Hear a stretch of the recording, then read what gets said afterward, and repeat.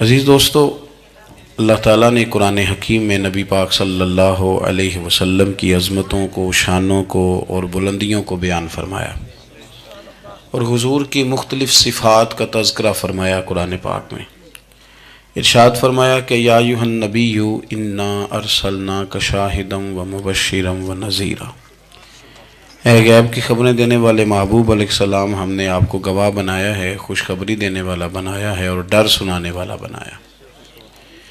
پھر ارشاد فرمایا کہ وداعیا الی اللہ باذنہ وسراجا منیرا، اور ہم نے آپ کو اللہ کی طرف دعوت دینے والا بنایا اور اللہ کے حکم سے اللہ کی طرف دعوت دینے والا بنایا، وسراجا منیرا، اور آپ کو چمکتا ہوا آفتاب بنایا۔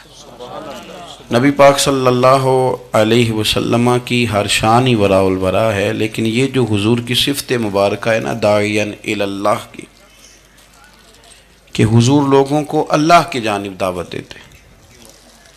نبی پاک صلی اللہ تعالی علیہ وسلم بندوں کا اپنے رب سے رشتہ جوڑتے، گھبرائے ہوئے لوگوں کو، پریشان لوگوں کو، اور جو لوگ سمجھتے تھے کہ شاید ہم کوئی دنیا کے کمزور لوگ ہیں اور یہ مالدار اور یہ اقتدار والا آدمی ہی بڑا ہے، ان سب کو حضور نے مایوسیوں سے نکالا، اور اللہ کے رسول صلی اللہ علیہ وسلم نے یہ سبق پڑھایا کہ تم سب حضرت آدم کی اولاد ہو۔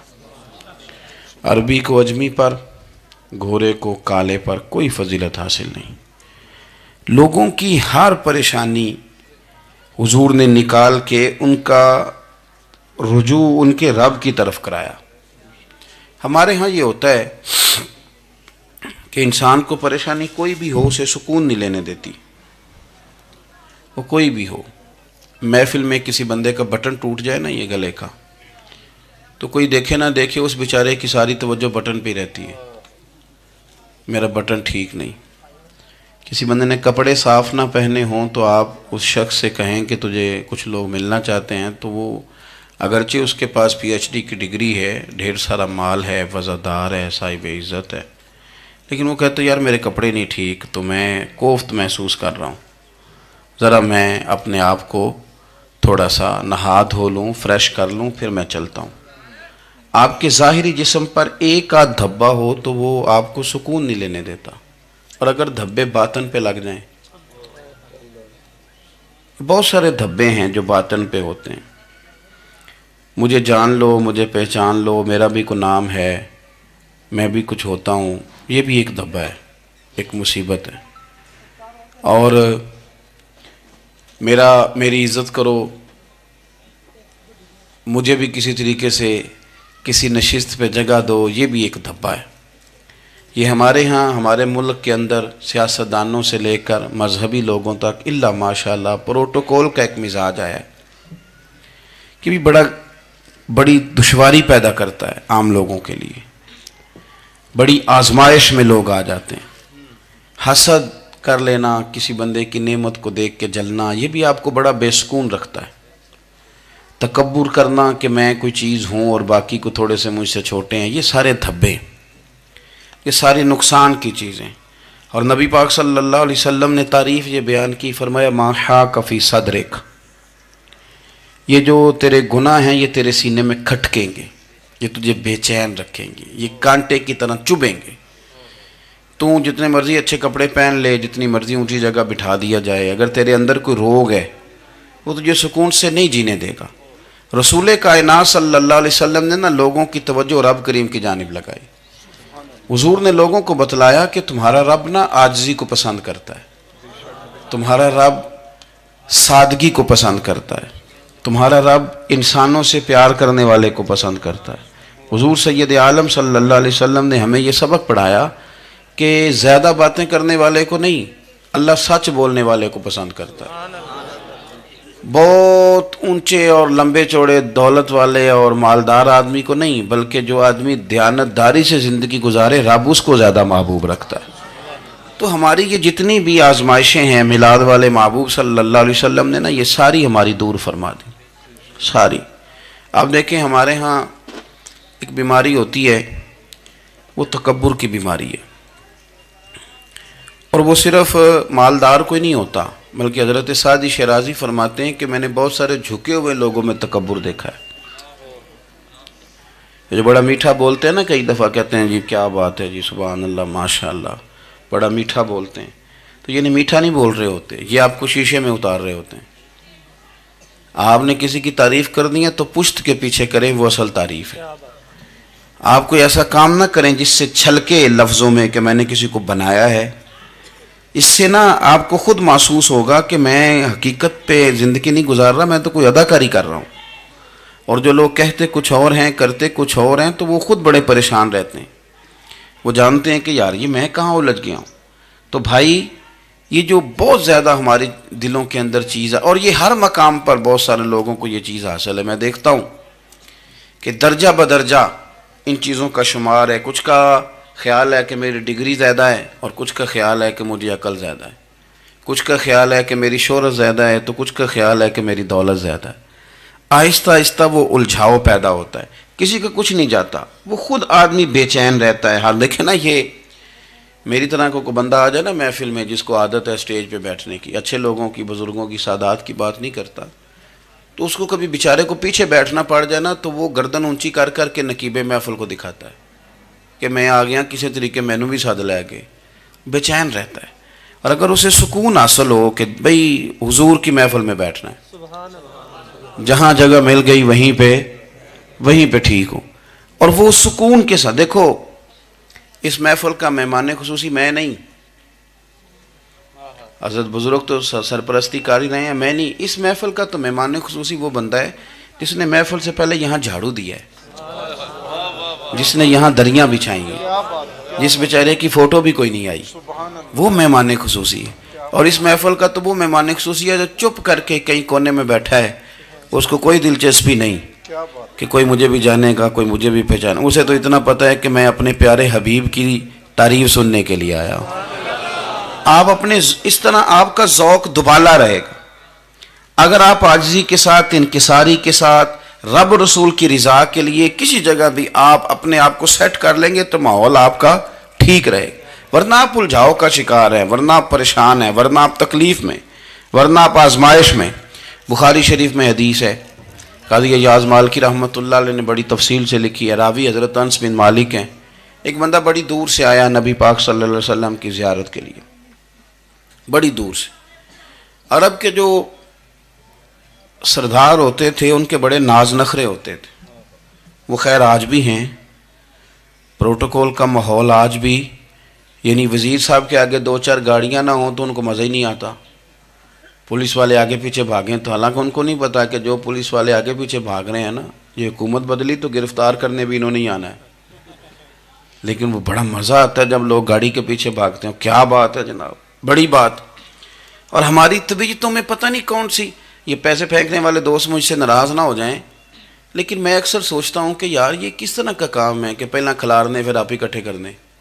تو آپ کٹھے دے دیں جس کو دینے ہیں، ختم ہو جائے بات. یعنی وہ محفل میں نا گپ شپ ہو رہی ہوتی ہے، اکٹھے کرنا لے، پان دینا لے، کس چکر میں پڑ گئے.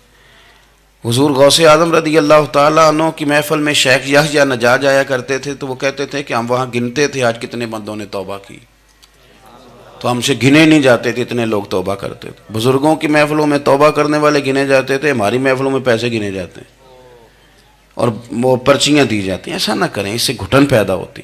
اور پھر جو نوٹوں والے ہوتے ہیں وہ فرنٹ سیٹوں پہ آ جاتے ہیں. بہت سارے غریب سوچتے ہیں کہ میرے پاس بھی اگر کرارے نوٹ ہوتے تو میں بھی آگے ہوتا. تو کم از کم یہ جو میلاد کی محفل ہیں ان میں تو سب کو ایک جیسا رہنے دے، یہاں تو امیر غریب کا فرق نہ ہو، اس کو تو مہربانی کریں. تو نبی پاک صلی اللہ علیہ وسلم کی خدمت میں وہ شخص بڑی دور سے آیا. تو عرب کے بادشاہوں کا مزاج تھا، پروٹوکول بڑا چاہتے تھے. ان کا تو یہ طریقہ تھا کہ حکمرانی کرنی ہے جیسے بھی ہو.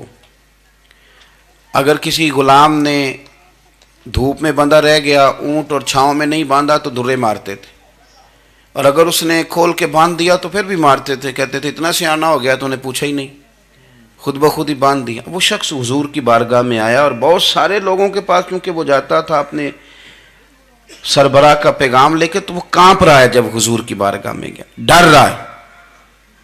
اب ذرا بات کو سمجھنا، نبی پاک صلی اللہ علیہ وسلم نے اس سے فرمایا کیوں ڈرتے ہو؟ سادہ آدمی ہے، دیہاتی ہے، بدو ہے. اللہ کے رسول نے تھپکی دی. کیوں ڈرتے ہو؟ تو کہتے ہیں حضور مجھے آداب نہیں آتے اور مجھے ڈر آتا ہے، کوئی بات اگر ایسی ہو گئی آپ مدینے کی حکومت کے سربراہ ہیں تو کہیں آپ ناراض نہ ہو جائیں. حضرت انس بن مالک فرماتے ہیں بات کہاں کی تھی، پہنچ کہاں گئی. جب اس نے یہ کہا نا کہ آپ تو حکومت کے سربراہ ہیں، کہیں کوئی غلطی نہ مجھ سے ہو جائے، تو نبی پاک کی آنکھوں میں آنسو آ گئے. حضور رونے لگے اور نبی پاک صلی اللہ علیہ وسلم فرمانے لگے نہ بھائی، تو کسی حکومت کے سربراہ کے پاس نہیں آیا، نہ تو اس بیٹے کے پاس آیا ہے جس کی ماں گوشت کے خشک ٹکڑے کھا کے بھی گزارا کر لیتی. میں تو ایک غریب ماں کا بیٹا ہوں.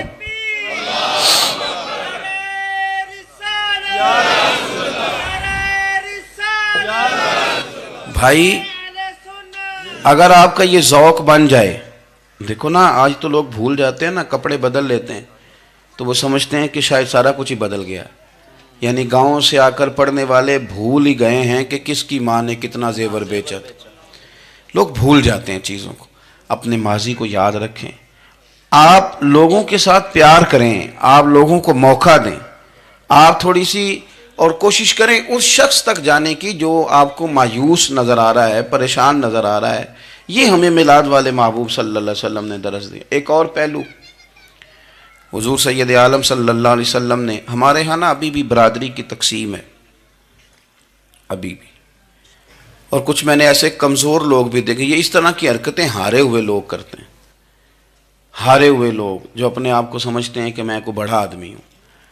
بڑا آدمی تو اپنے اخلاق سے ہوتا ہے، اپنے کردار سے ہوتا ہے، اپنی سخاوت سے ہوتا ہے، لوگوں سے پیار کرنے سے ہوتا ہے.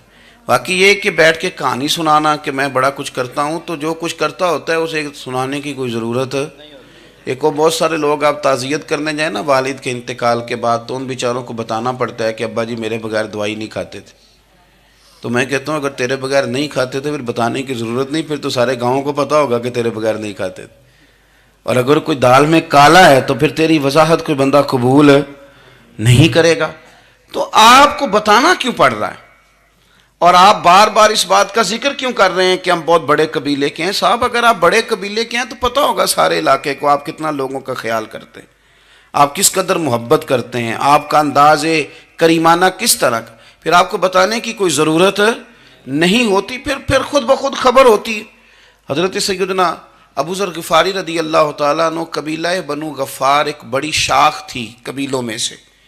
جو لوگ اس زمانے میں مالدار قبیلوں سے تعلق رکھتے تھے ان میں سے ایک بڑا نام تھا. ساری زندگی چودراہٹ کی، لیکن میلاد ایک انقلاب کا نام ہے. میں میلاد منانے والے دوستوں سے گزارش کرتا ہوں کہ آپ ہر سال میلاد منائیں، اور ہر سال میلاد کے بعد آپ تھوڑے بدل بھی جائیں، یعنی تھوڑے سے بدل جائیں. کچھ لوگ کہیں یار یہ داڑھی میں نے نا 12 ربیع الاول والے دن رکھی تھی، یہ میری میلاد والی داڑھی ہے. اور داڑھی رکھیں بھی نبی پاک کی مرضی کی. کس کی مرضی کی؟ نہ ناراض ہو جائے جی میں ٹور چلا بس. کس مرضی کی جی؟ اپنی مرضی کے نہیں. داڑھی کا وزن کو نہیں ہوتا کہ پوری مٹھی رکھیں گے تو آپ کو کوئی دقت ہوگی، کوئی وزن نہیں. پوری رکھیں، جو حضور کا طریقہ مبارکہ ہے جو ہمیں ملتا ہے اس پر آپ توجہ فرمائیں. تو میں جو بات عرض کرنے جا رہا ہوں وہ میلاد انقلاب ہے. حضور سید عالم صلی اللہ علیہ وسلم کی بارگاہ میں آنے سے پہلے لوگ کچھ اور ہوتے تھے، اور یہاں سے ہو کے جاتے تھے تو پھر ان میں تبدیلی آتی تھی. میں سارا دن کرامتیں سناؤں نا کسی کو اپنے پیر صاحب کی اور اپنے گھر میں بھی کہ میرے حضرت بڑے، میرے استاد بڑے، لیکن بیوی کے ساتھ اگر میں ترش لہجے میں بات کروں گا تو وہ کہے گی اے سکھاندے نے تینوں پیر صاحب. دوست کہیں گے یہ سکھاتے ہیں آپ. تو آپ کی کہانیاں نہیں چلتی، آپ کا کردار چلتا ہے. حضرت ابو ذر غفاری رضی اللہ تعالیٰ عنہ فرماتے ہیں چونکہ میں چودھری تھا، سیدنا بلال حبشی رضی اللہ تعالیٰ عنہ کے پاس میں بیٹھا تھا. کسی بات میں بات آگے بڑھی اور بڑھتے بڑھتے بات شکرنجی تک چلی گئی. رائے کے اختلاف نے باتوں میں تلخی پیدا کر دی، اور جب تھوڑے لفظ اور تیز ہوئے تو میں نے انہیں کہہ دیا چپ کر، تو ابشن کا بیٹا ہے. کس کے بیٹے تھے حضرت بلال؟ کہتے ہیں جب انہوں نے مجھے کہا تو میرا دل بڑا ٹوٹا، لیکن میں نے ارادہ کیا کہ میں نے حضور کی بارگاہ میں نہیں عرض کرنی. اب ہر بات کی ہم حضور کی بارگاہ میں شکایت کریں. لیکن میں جا کے مسجد میں بیٹھا اور جب سرکار آئے نا، ارادہ نہیں تھا کہ عرض کروں گا، لیکن حضور کا چہرہ دیکھا تو دکھ میرا خود ہی تازہ ہو گیا۔ رونے کا بھی تو تب ہی مزہ آتا ہے نا کوئی اپنا ملے تو۔ فرماتے ہیں کہ میرے آنسو نہ بغیر اختیار کے چھلک پڑے اور میں کھل کے روئے، کھل کے۔ قربان جاؤں محبوب کے بھی حضور نے پاس نہیں بلایا، بلکہ نبی پاک اٹھ کے خود میرے پاس آئے اور مجھے کندھوں سے پکڑ کے سینے سے لگایا، اور جب میں کھل کے رو لیا تو حضور میرے آنسو پوچھنے لگے۔ کچھ شعر ایسے ہوتے ہیں جو کسی نے کہے ہوتے ہیں، اور کہنے والا جو ہوتا ہے وہ صاحب حال ہوتا ہے، تو اس میں کچھ خوبصورتی زیادہ ہی ہو جاتی ہے۔ ایک پنجابی کے شاعر ہمارے گجرات میں گزرے، بزرگ تھے، ان کا ایک شعر ہے، وہ کہتے ہیں ایک واری میری آنکھیاں چوں اونا نے اتھرو پونجے سن، ایک واری میری آنکھیاں چوں اونا نے اتھرو پونجے سن، ہن تے چسکا پہ گیا رونے دا۔ ایک واری میری آنکھیاں چوں اونا نے اتھرو پونجے سن، ہن تے چسکا پہ گیا رونے دا، تے ہر ویلے آہو زاری دا۔ تو میں روز رونے لگا ہوں، مزہ ہی بڑا آیا ہے جب سے محبوب نے چپ کرانا شروع کیا۔ میرے عزیز، اور پھر حضرت بلال حبشی رضی اللہ تعالیٰ عنہ چونکہ حضور کے غلام تھے اور انہیں پتہ تھا کہ سرکار میری ناز برداری کرتے ہیں، حضور نے چپ کرایا۔ فرمایا کیوں روتے ہو؟ تو عرض کرنے لگے یا رسول اللہ صلی اللہ علیہ وسلم، اگر میں حبشن کا بیٹا ہوں تو میری تو غلطی کوئی نہیں نا، یہ تو تقسیم اللہ کی ہے نا۔ الذی خلقک فسواک فعدلک فی ای صورت ما شاء رکبک، جس طرح وہ چاہتا ہے، جس کو چاہتا ہے اس طرح کی اس کی صورت بنا دیتا ہے۔ تو مجھے حبشن کا بیٹا کہا جاتا ہے، میری غلطی کیا ہے؟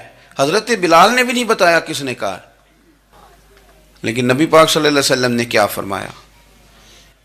امام یوسف صالحی نے لکھا ہے، ذرا غور کرنا بات پر، تسلیاں لوگ اور رنگ میں بھی دیتے ہیں، پر یہ تسلی بڑی انوکھی ہے۔ حضور فرمانے لگے بلال اگر تو حبشن کا بیٹا ہے تو پریشان کیوں ہوتا ہے؟ کالے رنگ والی ماں کا بیٹا ہے تو پریشان کیوں ہوتا ہے اگر تیری والدہ کا رنگ کالا ہے تو؟ عرض کی حضور آپ کیا فرمانا چاہتے ہیں؟ تو سرکار فرمانے لگے میں دو ماؤں کا بیٹا ہوں، ایک جناب آمنہ جنہوں نے مجھے پیدا کیا، اور ایک حضرت ام ایمن جنہوں نے میری پرورش کی، مجھے بڑا کیا۔ حضور فرمانے لگے میری ماں آمنہ کا رنگ گورا تھا اور میری ماں ام ایمن کا رنگ کالا ہے۔ تو فرمایا اگر تجھے کسی نے کالے رنگ والی ماں کا بیٹا کہا تو اسے کہہ دینا مدینے والی محبوب کے بھی تو ایک والدہ کا رنگ کالا ہے، تو کہہ دینا۔ حضرت بلال کہتے ہیں کہ وہ اس طرح کی تسلی تھی، طفل تسلیاں نہیں جس طرح کی ہمیں دی جاتی، وہ اس طرح کی خوبصورت تسلی تھی کہ اس کے بعد میرا دل ایسا ٹھنڈا ہوا، پھر کسی کا تانا تانا نہیں رہا، پھر کسی کی تکلیف نہیں رہی۔ رسول پاک صلی اللہ تعالیٰ علیہ وسلم نے یہ جو آج تقسیم ہے ہمارے ہاں اونچ نیچ کی، چھوٹے بڑے کی، ذات برادری کی، حضور فرماتے ہیں میں نے پاؤں کے نیچے رکھ کے کچل دی، اب اس کا کوئی سٹیٹس نہیں رہا، اب یہ کوئی معاملہ نہیں۔ پھر میرے بھائی ایک معاملہ ہمارے اندر جو اور بڑی شدت کے ساتھ آیا ہے اور جس نے بڑا زور پکڑا ہے، وہ یہ ہے کہ ہم نا پڑھے لکھے لوگوں سے معذرت کے ساتھ، پڑھے لکھے لوگوں کا بھی ایک مسئلہ ہے، وہ دوسروں کو جاہل کہنا ضروری سمجھتے ہیں، الا ماشاء اللہ۔ میں اکثر کہتا ہوں کہ یہ تو آسان کام ہے نا، آپ نے کہہ دیا جاہل نے جی سارے پنڈ والے، یہ تو بڑا آسان کام ہے، تو جان چھڑانے والی بات ہے۔ ان پڑھ ہیں جی اس قوم دا کچھ نہیں بن سکتا، بھی تو آسان کام ہے، جان چھوٹ گئی۔ میں بھی کھڑا ہوتا ہوں نماز جنازہ کی امامت کرنے کے لیے، کبھی تو کہہ دیتا ہوں کہ جناب آج لوگوں کو نماز جنازہ کی دعا نہیں آتی، تو سوچتا ہوں کہ اگر کسی نے کھڑا کر کے پوچھ لیا کہ آپ نے کتنے لوگوں کو یاد کرائی ہے، ہم نے کبھی کہا کہ آؤ بیٹھو یاد کراؤں، تو اس کا جواب کیا ہے؟ تنقید کرنا آسان کام ہے اور تعمیر کرنا یہ مشکل مرحلہ ہے۔ عزیز دوست، ہمارے ہاں نا ان پڑھ بندے کے ساتھ اور اس بندے کے ساتھ جس کی سوچیں محدود ہیں، ہمارا رویہ اتنا تلخ ہوتا ہے۔ بھائی مزہ تو تب آتا ہے نا جب آپ کو، کچھ لوگ کہتے ہیں میں اچھے کے ساتھ اچھا ہوں، تو اچھے کے ساتھ تو ساری دنیا اچھی ہوتی ہے، آپ نے اس میں کیا کمال کیا؟ حضور سید عالم صلی اللہ علیہ وسلم نے تو فرمایا اس کے ساتھ جوڑو جو تمہارے ساتھ توڑ رہا ہے، جو سخت رویہ اختیار کرے، سخت۔ بخاری مسلم میں حدیث ہے، حضرت عمر فاروق رضی اللہ تعالیٰ عنہ، حضرت انس بن مالک فرماتے ہیں کہ حضور سید عالم صلی اللہ علیہ وسلم گزر رہے تھے اور سرخ رنگ کی نہ نجرانی دھاری دار چادر سرکار نے اوڑھ رکھی تھی، ایک بدو آ گیا، اس نے کیا کیا کہ حضور کی مقدس چادر کو پکڑ کے کھینچا، اور اس زور سے کھینچا کہ گردن مبارک پہ نشان پڑ گیا۔ زور سے دروازے پہ دستک دے دینا بھکاری، تو اسے خراش شرات کوئی نہیں ملتی، البتہ جھٹکیاں دو چار ضرور مل جاتی۔ توڑنا ہے دروازہ، خیرات لینے آیا کہ تو قرضہ لینے آیا؟ اس نے آ کر کے زور سے چادر کو کھینچا، مقدس گردن پہ نشان پڑ گیا۔ سرکار نے رخ انور پھیرا، کہتا پتہ کیا ہے، میں غریب آدمی ہوں، کچھ مانگنے آیا ہوں۔ بھئی تو گلے میں چادر ڈال کے مانگے گا؟ لیکن یہ آپ کا کمال ہے، یہاں اب آپ کے علم کا، آپ کے حوصلے کا، ظرف کا پتہ چلتا ہے۔ کھینچی چادر، کچھ مانگنے آیا ہوں، اور صحیح بخاری کے لفظ یہ ہیں کہ فَالْتَفَتَ إِلَيْهِ فَضَحِكَ، جب محبوب نے اس کی طرف توجہ کی، اس کی بات سنی، اس نے گلے میں چادر ڈال کے کھینچا ہے، نشان ڈال دیا ہے، لیکن جب حضور نے توجہ کی تو فَضَحِكَ، نبی پاک نے مسکرانا شروع کر دیا۔ حضور مسکرائے، یعنی چادر ڈال کر کھینچنے والے، اور یہ چیز آپ کو بڑا کر دے گی۔ آپ یقین کریں، آپ کو کسی نے برا کہا تو آپ نے ڈبل برا کہا تو آپ تانگ ہوں گے۔ ہنڈیا جب جلتی ہے تو اس کے کندھے، ابلتی ہے تو اس کے کندھے جل جاتے ہیں۔ آپ کسی کو اینٹ کا جواب پتھر سے دے کے پریشان ہوں گے، لیکن اگر آپ نے کہہ دیا نا چل یار موج کر، ہور کر لے دو گلا، اور آپ ہنسیں، یہ بڑی پاکیزہ سزا ہے دشمن کے لیے، بڑی صاف ستھری۔ جتن جتن تے ہر کوئی کھیڑے، ہارن کھیڑ فقیرہ، جتن جتن تے سارے لوگ کر دینا کام جتنے آلہ، میں نے جیتنا ہے۔ تو درویش کہتے ہیں جتن جتن تے ہر کوئی کھیڑے، تو ہارن کھیڑ فقیرہ، اوے جتن دا مل کوڈی پیندائی، ہارن دا مل ہیرا، ہارن دا مل ہیرا۔ کبھی کبھی ارادہ کریں چل کوئی بات نہیں، کر لے یار، پھر کیا ہے۔ اور یہ کام آئے گی چیز بہت زیادہ۔ حضور صلی اللہ علیہ وسلم سے کہنے لگا کچھ مانگنے آیا ہوں، تو اب حضور نے کیا فرمایا؟ فرمایا ایک دو چار بکریاں نہیں، دو پہاڑیوں کے درمیان جو ریوڑ ہے نا بکریوں کا، اجڑ، فرمایا سارے اس کو دے دو۔ اب اس نے وہاں تو کوئی جملہ نہیں کہا، گھر چلا گیا اپنے گاؤں قبیلے، اور وہاں جا کے لوگوں سے کہنے لگا سارے ادھر بیٹھے ہو، جاؤ دوڑ جاؤ مدینے جا کے مصطفیٰ کا کلمہ پڑھو۔ کہنے لگے وہ تو اتنا دیتے ہیں کہ غربت کا ڈر بھی دور ہو جاتا ہے۔ تو نبی پاک صلی اللہ علیہ وسلم کا ان لوگوں کے ساتھ جو ان پڑھ ہیں، جو ساتھ ہیں، آج ہمارے بچے اپنے ابا جی کو بھی کہہ دیتے ہیں تسی پڑھے نہیں، ان دور بدل گیا ہے۔ میں ایک شادی کی تقریب میں جا رہا تھا، میرے آگے آگے والد صاحب کو بیٹا سمجھا رہا ہے، کہتے ابا جی ہن نہ اتھے جا کے نہ میٹھے چولاں تے سالن پا کے نہ کھایا جی، بندہ ماڑا لگتا ہے۔ میرا پیار تھا اس خاندان سے، میں نے اس بچے کو تھپکی دے کے کہا، میں کہا پتر تو ذرا لیٹ ہو گیا، جلدی ہوندا تے نہ سارے سیانے ہونا سی۔ یہ ہمارے بچے اب بجائے اس کے کہ وہ قائل کریں، کتنا آپ نے غلط جملہ کہا کہ ابا جی آپ پڑھے ہی نہیں، آپ نے کتنی غلط بات کر دی۔ امام اعظم ابو حنیفہ رحمۃ اللہ علیہ کا ایک شاگرد تھا، وہ تقریر اچھی کرتا تھا، تو امام صاحب رحمۃ اللہ علیہ کی والدہ فرمایا کرتی ہیں ابو حنیفہ جا اس سے جا کے یہ مسئلہ پوچھ کے آ۔ تو امام صاحب فرماتے ہیں اماں میں نہ بتا دوں، تو اماں کہتی تو تے بچہ تینوں کی پتہ ہوئے، حالانکہ وہ شاگرد ہے۔ تو امام صاحب پھر اس کے پاس جاتے، اس کو جا کہتے اس سوال کا جواب، تو کہتا استاد جی مجھے کیا پتہ ہے، آپ کو پتہ ہے ان مسئلوں کا؟ تو آپ فرماتے یہ میں پہلے تجھے بتاتا ہوں اس کا جواب، پھر تو مجھے بتا، اور پھر میں تیرا نام لے کے اپنی اماں کو مطمئن کروں گا۔ اس لیے کہ ماں باپ کو دلائل نہیں دیے جاتے، انہیں راضی کیا جاتا ہے۔ اور میں بچوں سے گزارش کروں گا ابا جی کو پیسے بھی دیں، اماں جی کے وہ کپڑے بھی لے کے دیں، لیکن ضروری یہ ہے کہ ان کو وقت دیں، ان کے پاس بیٹھیں، ان سے مشورہ کریں، ان کو آپ کے وقت کی ضرورت ہے۔ بڑھاپے میں اس طرح کا ماحول نہ بنا دیں کہ وہ ایک کونے میں بیٹھے ہیں، کوئی پوچھتا ہی نہیں، اس طرح نہ کریں۔ ہم تو اس طرح والدین سے رویہ کرتے ہیں جیسے MBBS ڈاکٹر رات کو وارڈ میں آتا ہے اور دو تین اس کے ساتھ سٹاف کے لوگ ہوتے ہیں، اور وہ کہتا ہے دوائی کھا لی ہے، طبیعت اب کیسی ہے، بلڈ پریشر ٹھیک ہے، یہ میں نے دوائی بدل دی ہے۔ یہ کیا رویہ ہو؟ آپ ان کو وقت دیں۔ وہ جس طرح آپ چھوٹے تھے تو وہ لاڈ لڈاتے تھے، پیار کرتے تھے، آپ بھی تھوڑا قریب بیٹھیں، اور آپ دیکھیں آپ کو اللہ تعالیٰ اس کی برکت سے کتنی رحمتیں عطا فرماتے۔ تو کسی کو جاہل کہنا، ان پڑھ کہہ دینا۔ ایک حدیث اور سن لیں، بات کو ختم کرتا ہوں۔ اس کو قاضی ایاز رحمۃ اللہ علیہ نے شفا شریف میں لکھا ہے، ایک بدو حضور کی بارگاہ میں آیا اور اس نے آ کے کچھ مانگا، اللہ کے پیارے حبیب صلی اللہ علیہ وسلم کی بارگاہ میں مانگا، جہاں ایک مانگنے پر دریا بہا دیے جاتے ہیں۔ دریا بہا دیے ہیں، در بے بہا دیے۔ یہ در الگ ہے اور بے بہا الگ ہے، پھر یہ شعر صحیح سمجھ میں آئے گا آپ۔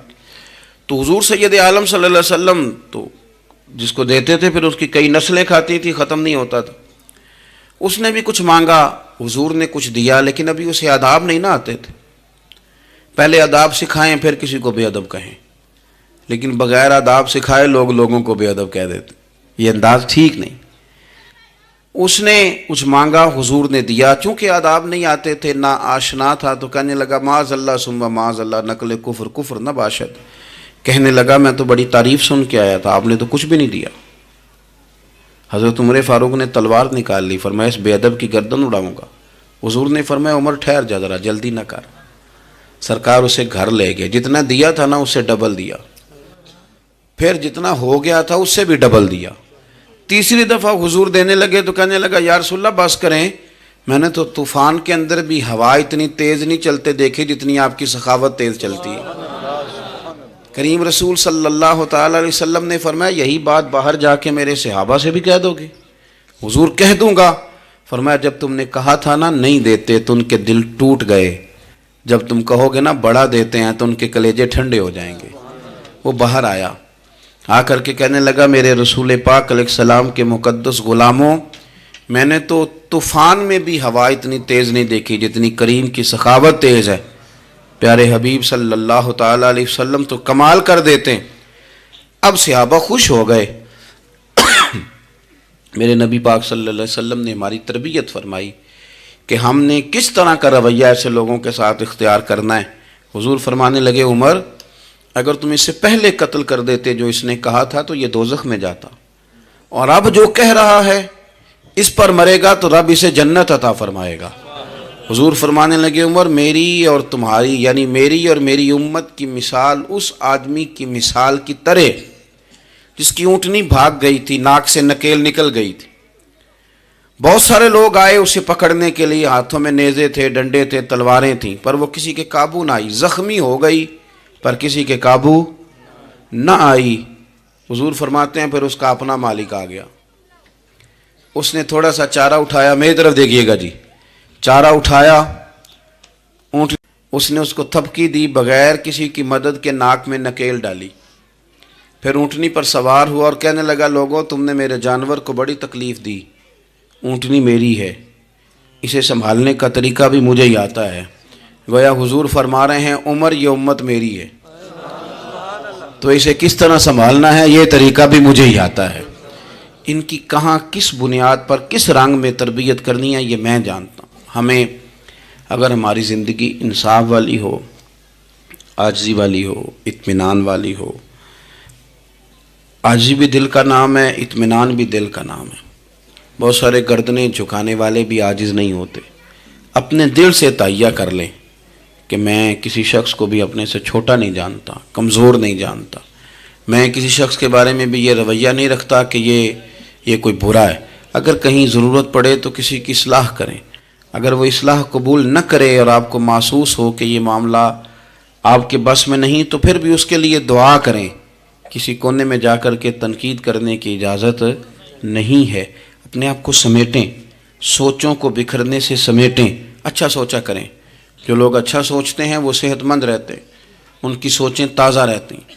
آپ ہر ایک کے بارے میں خیر کا رویہ اختیار کریں اور مثبت پہلو تلاش کریں۔ آپ مثبت پہلو، ہر وقت تنقید کرنا، ہر وقت تنقید کرنا۔ میں ایک محفل میں بیٹھا تھا، بات میری ختم ہو گئی تو ایک نعت خواں نے بڑا اچھا شعر پڑھا۔ ہم بڑی اس بات کی تردید کرتے رہتے ہیں کہ یہ طے کر کے اور پیسے لے کے اور یہ نہیں کرنی چاہیے چیزیں، لیکن یہ کہ یہ غلطی کس کی ہے؟ یہ اس عوام کی غلطی ہے جو ریٹ بناتی ہے، چیزیں خریدتی ہے۔ جو چیزیں آپ خریدیں گے نہیں بکیں گی بھی نہیں مارکیٹ میں، آپ خریدتے ہیں تو کوئی بکتا ہے نا۔ میری بات کی سمجھ آ رہی ہے؟ تو ہم یہ سارا کچھ ڈال دیتے ہیں۔ اب کیا ہوتا ہے کہ اتنی سونی محفل سجی ہوئی ہے لیکن اس میں بیٹھ کر لوگ حضور کی تعریف سننے کی بجائے یہ کہہ رہے ہیں اس نے 40,000 لیا ہے۔ تو آپ یہ اندازہ کریں کہ وہ جو بات ہمیں اس وقت مدینہ شریف لے کے جاتی، ہمارا عشق رسول تازہ کرتی، تو ہم نے وہاں کیا گھٹن پیدا کر دی یہ کہانیاں چھیڑ کے۔ کیوں دیتے ہیں آپ پیسے؟ کیوں اس طرح کے ریٹ آپ بناتے ہیں؟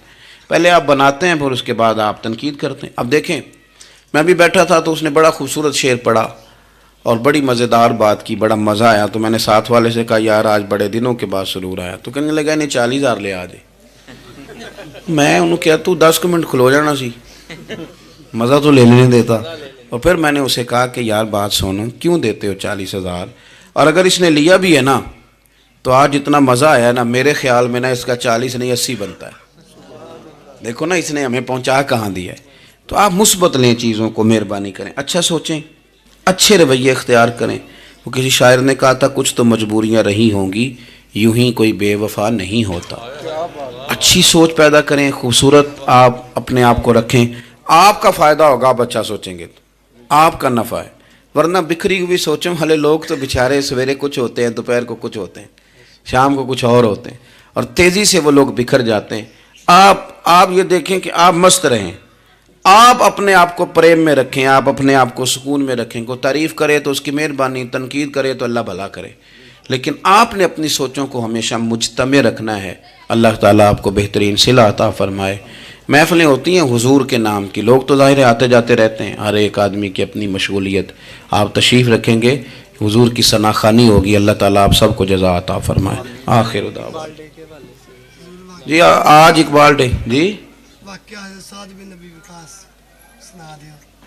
نہیں، وہ کون سا واقعہ ہے؟ وہ تو نہیں، ان کے تو کئی واقعات ہیں.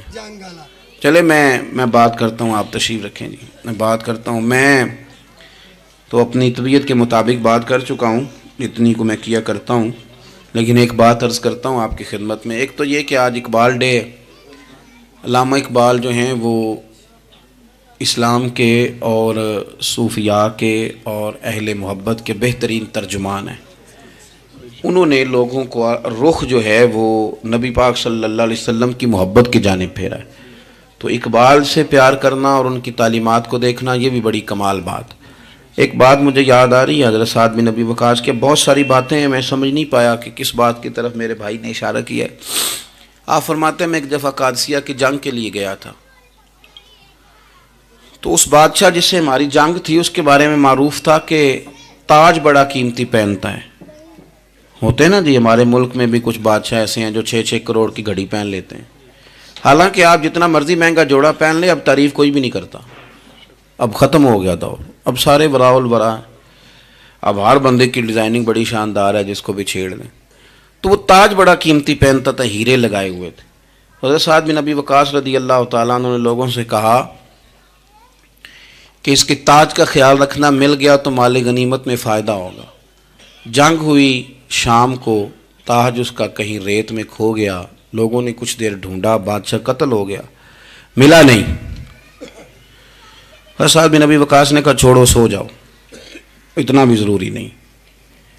فرماتے ہیں کہ میں اپنے خیمے میں چلا گیا تو ایک آدمی نے اندر آنے کی اجازت مانگی. میں نے کہا آ جاؤ. وہ آیا تو اس نے چادر کی اوٹ میں اپنا چہرہ چھپایا ہوا تھا، اور پھر اس نے جب وہ چادر کھولی تو اندر سے اس نے وہ ہیروں کا چمکتا ہوا تاج میرے سامنے رکھا.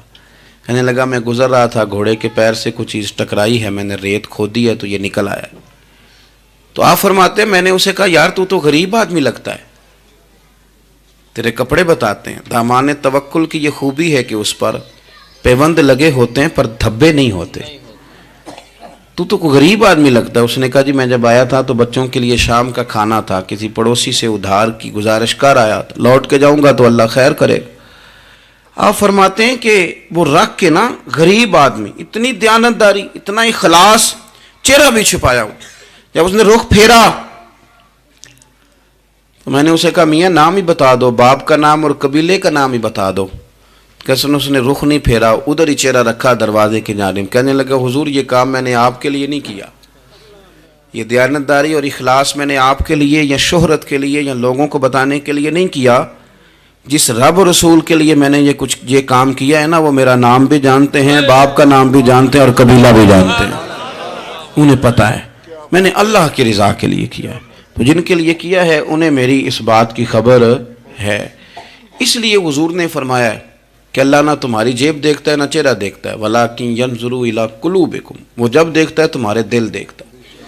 تو اس پر توجہ رکھیں، یہ صاف ستھرا رہے تو بڑے سارے کام بن جاتے ہیں. اللہ عمل کی توفیق رفیق عطا فرمائے۔ آخر دعوانا ان الحمدللہ رب